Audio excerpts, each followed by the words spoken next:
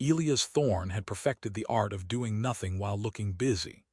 On Station Asterion 7, a massive orbital platform that orbited a gas giant with the elegance of an inattentive ballet, survival depended on the illusion of competence.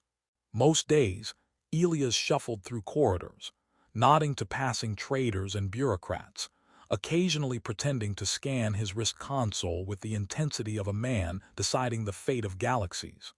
That morning he had tripped over a small service bot, apologized to it as if it were capable of taking offense, and sighed. The station hummed around him, a living network of pipes, neon, and humming engines, every sound punctuated by the occasional "attention all personnel" announcement in 7 languages, most of which he didn't understand. He had barely finished settling into his mundane routine when a subtle vibration passed through the floor, delicate but insistent, like someone trying to get the attention of a ghost. Elias looked around. The corridor was empty. Then a soft, high-pitched thrum echoed from the metal door at the end of the hall. It was unlike any chime he had ever heard, a curious blend of musical notes and something almost organic, as if the station itself were nervous. When the door slid open, Elias froze. Standing there, framed by the harsh neon, was a young woman who could have walked straight out of a human memory, except for the long, elegant ears that tilted like radar dishes toward him. She looked like she had just stepped off a royal portrait in a galactic museum, every detail unnaturally perfect, her dark hair falling in waves that shimmered even under artificial light. Her clothing shimmered too, a kind of iridescent fabric that seemed to capture starlight from nowhere, bending it around her like a halo. Hello," Elias said, the word catching somewhere between awe and disbelief. She tilted her head, those long ears flicking like delicate instruments, and blinked at him with a mixture of embarrassment and curiosity. "I'm the Queen's daughter," she said, her accent musical and alien, "but I think I may have knocked on the wrong door." Elias' brain short-circuited. A pause stretched between them, long enough for him to reconsider every life choice that had led to this moment. "Right. Well, you're not in the palace," he managed, his voice cracking just slightly, as if it had been rehearsing humility for years and finally failed. She gave a small, amused smile, and Elias immediately suspected she knew exactly how flustered he was. "I thought this was the human ambassador's suite. I miscalculated," she said, tucking a slender hand into the folds of her shimmering tunic. Somewhere deep in the station, a catbot squeaked in confusion, and Elias realized he hadn't taken a breath since the door opened. "Well, come in, I guess, before security notices a royal princess wandering around," he said, waving vaguely at the cramped quarters behind him. She stepped inside, her movements fluid, almost gliding, and the sound of her boots against the floor made Elias aware of every creak his old station module could make.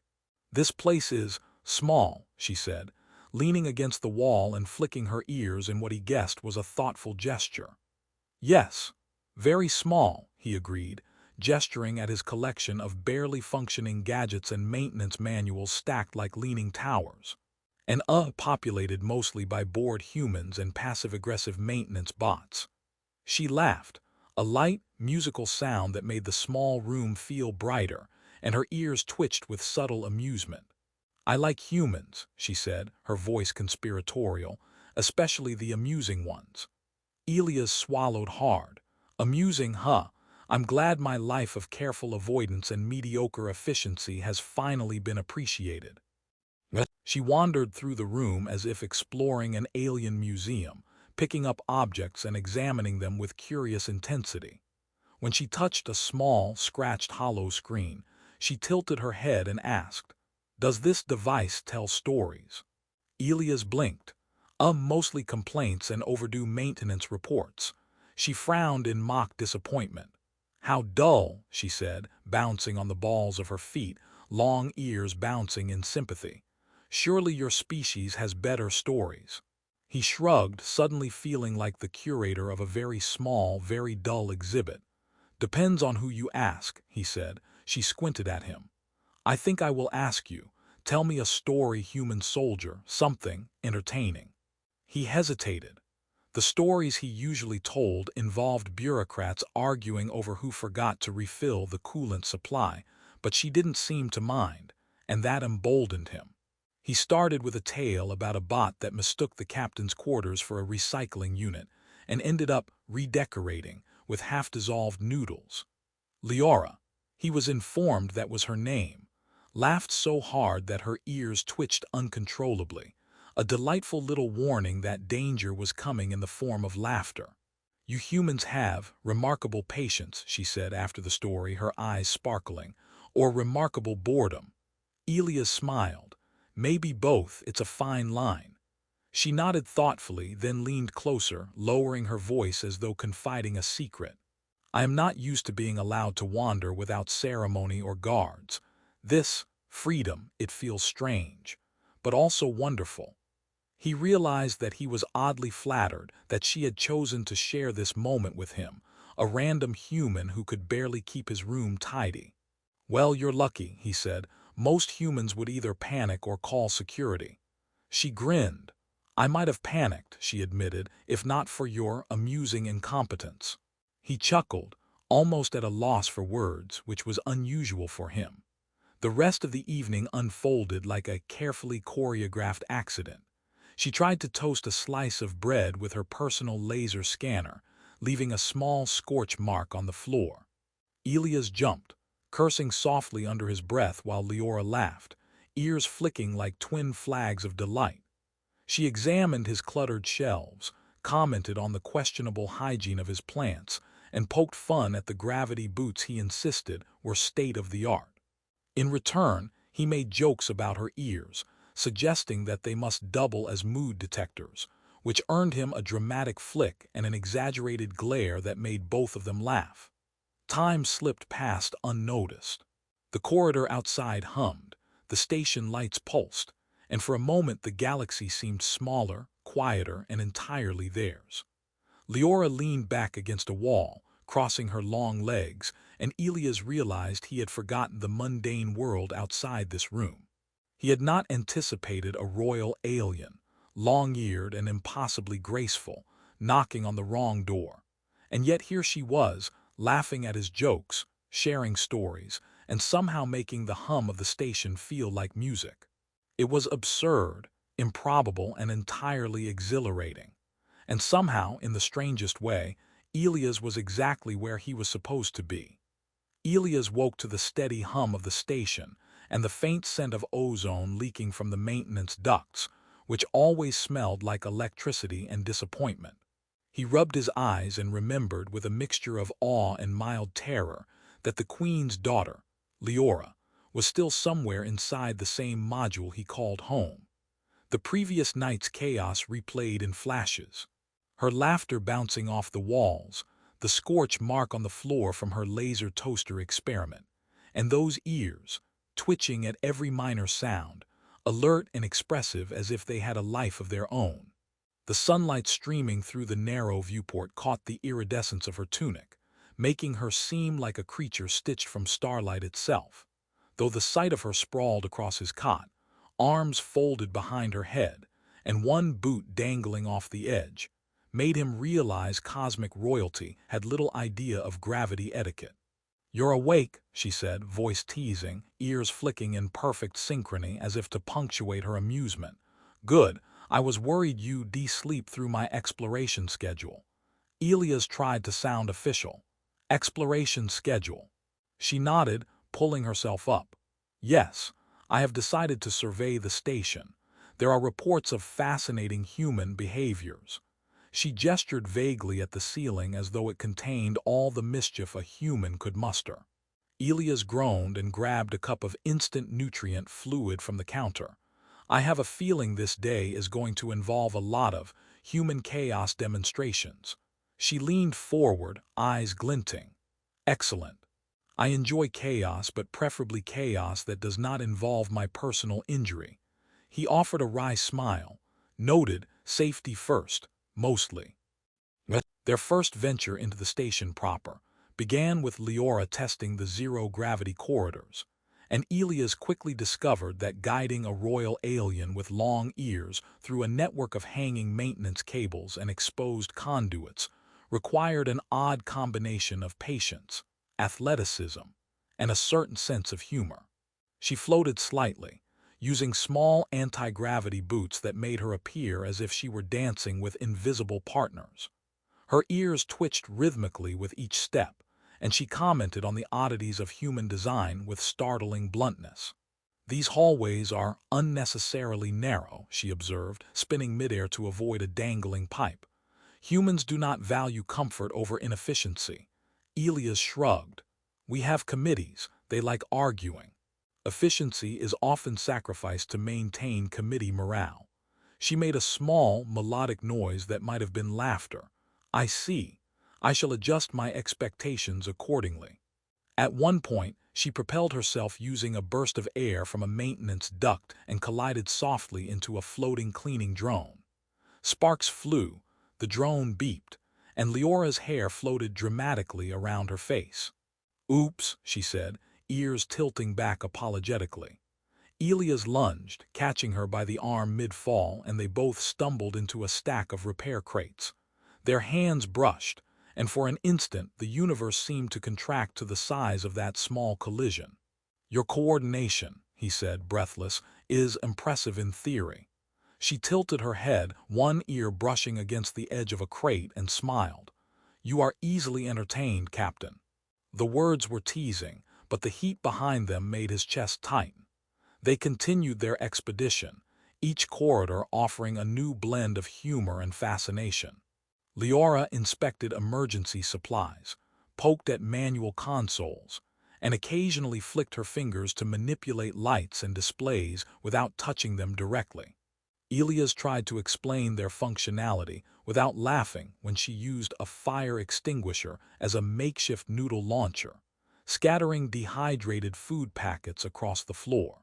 "Humans are inventive," she said, crouching to scoop up the noodles and flicking them back into a container with delicate precision. "But messy. I appreciate the messy parts most." Elias chuckled. "I will take that as a compliment." They paused near a panoramic viewport where the gas giant loomed, swirling in iridescent storms.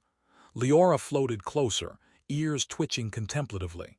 "Your species is simpler than I expected," she said softly, almost reverently, "but not uninteresting. I find simplicity refreshing." Elias felt a smile spread across his face. Simpler can mean less paperwork. Less paperwork can mean more free time for accidental chaos. She grinned, eyes sparkling, and he wondered if the universe had conspired to make this day entirely unpredictable. At lunch, or what counted as lunch in a station with recycled food packs, Leora insisted on tasting human cuisine, which amounted to unwrapping nutrient blocks and squirting them into her mouth with exaggerated caution.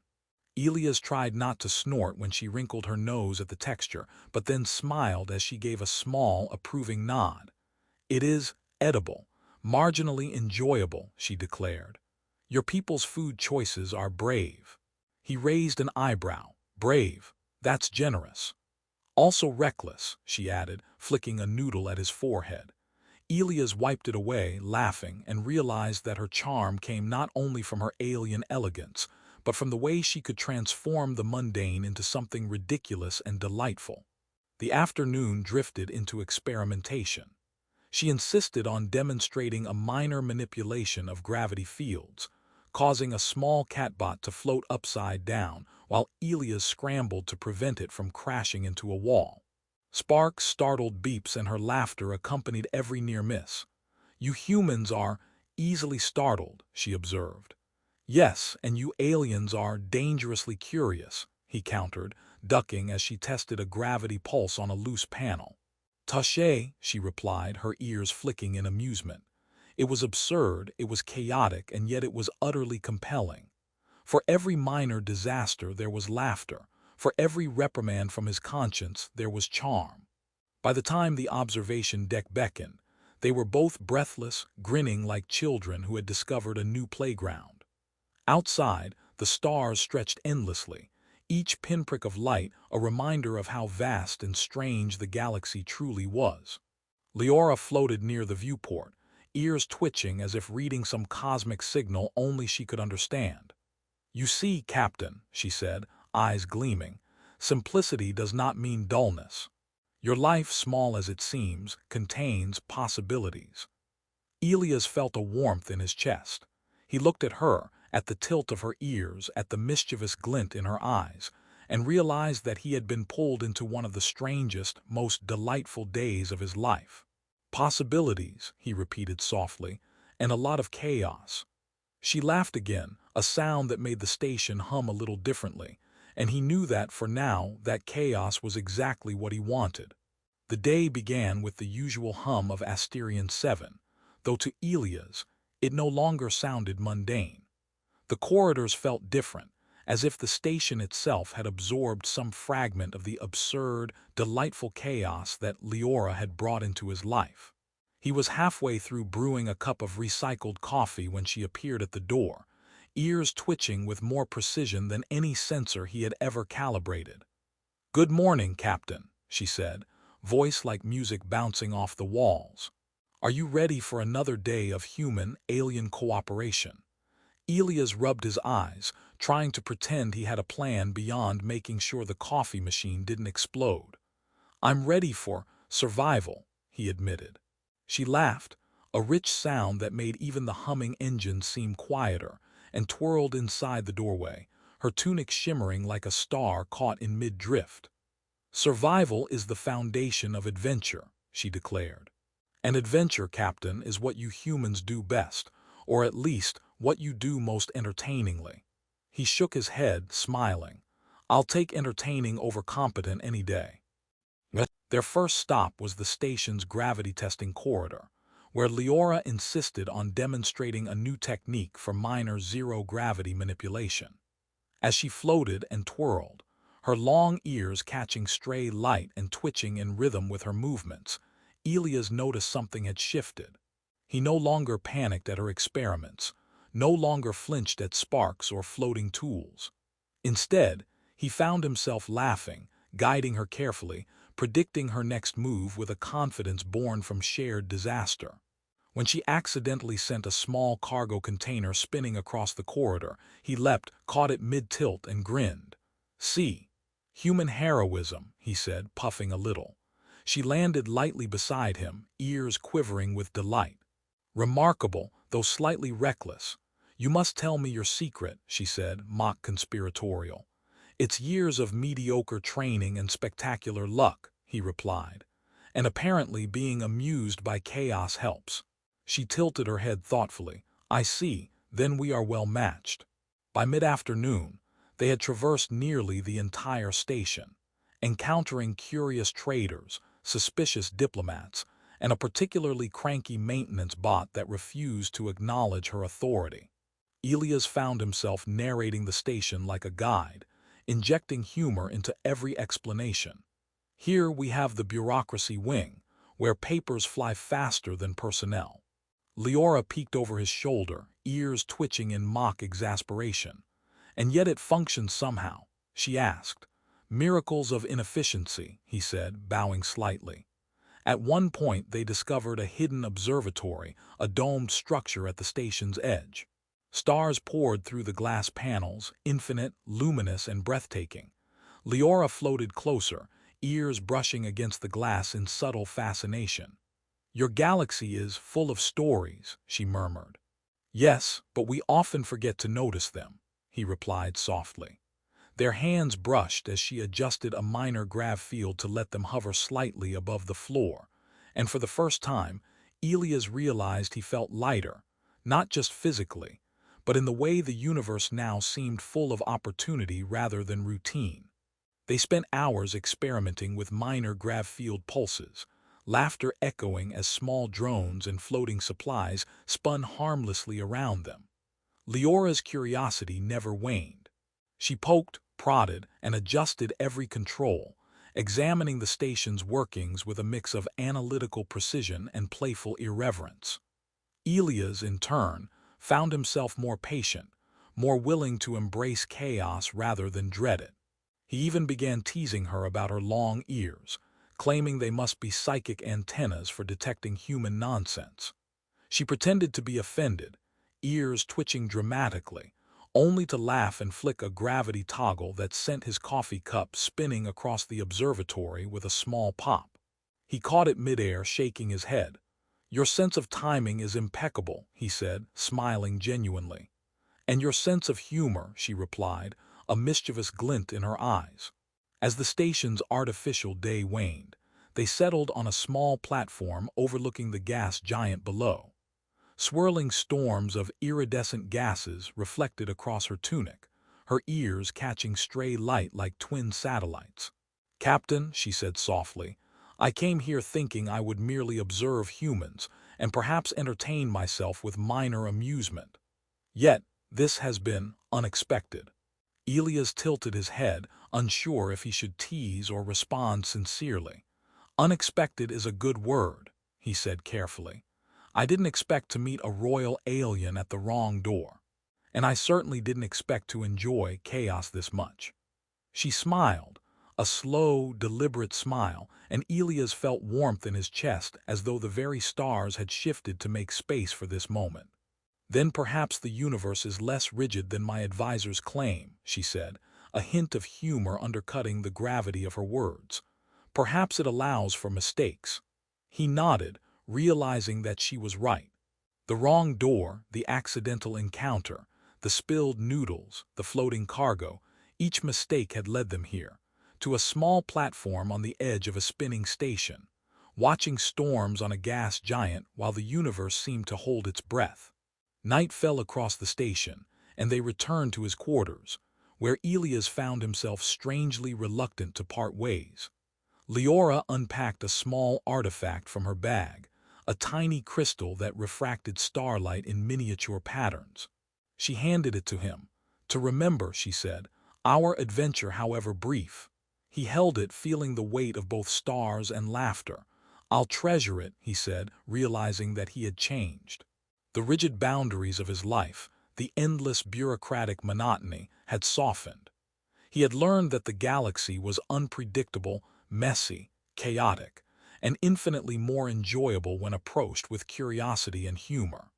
Leora's ears twitched in agreement and she leaned back, letting the quiet settle around them. "Do you think we will meet again?" she asked. Elias smiled, finally understanding that the answer was irrelevant. The memory itself was enough, and sometimes that was the greatest adventure. As she prepared to leave, she turned at the doorway, ears flicking in farewell. "Captain Elias Thorne, your species is more remarkable than I imagined. Continue being amusing, and perhaps the universe will remain entertaining." Elias bowed with mock solemnity. "I shall do my best, Your Highness."